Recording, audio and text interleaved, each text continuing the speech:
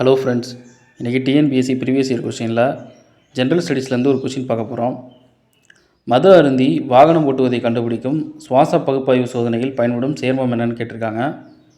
இதுக்கு ஆன்சர் என்னென்னு பார்த்தீங்கன்னா பொட்டாசியம் டைகுரோமேட். இது எதனால் யூஸ் பண்ணுறாங்கன்னு பார்த்தீங்கன்னா, இது ஆல்கஹாலில் அவ்வளோ ஈஸியாக கரையாது. அடுத்த ஆப்ஷன் பொட்டாசியம் அயோடைடு. இது எதுக்கு யூஸ் பண்ணுறாங்கன்னு பார்த்தீங்கன்னா, பெரிய பெரிய கதிரியக்கம் உள்ள பகுதியில் தைராய்டு சுரப்பியை அந்த கதிரியக்கமானது பாதிக்கக்கூடாது அப்படிங்கிறதுக்காக இந்த பொட்டாசியம் அயோடைடை யூஸ் பண்ணுவாங்க. அடுத்து பொட்டாசியம் பெர்மாங்கனேட். பொட்டாசியம் பெர்மாங்கனேட் நம்ம தோலில் ஏற்படுற அலர்ஜி, ஹீட் அதிகமான ஏற்படுற அந்த ரேசஸ் இதெல்லாம் இது குணப்படுத்தும்.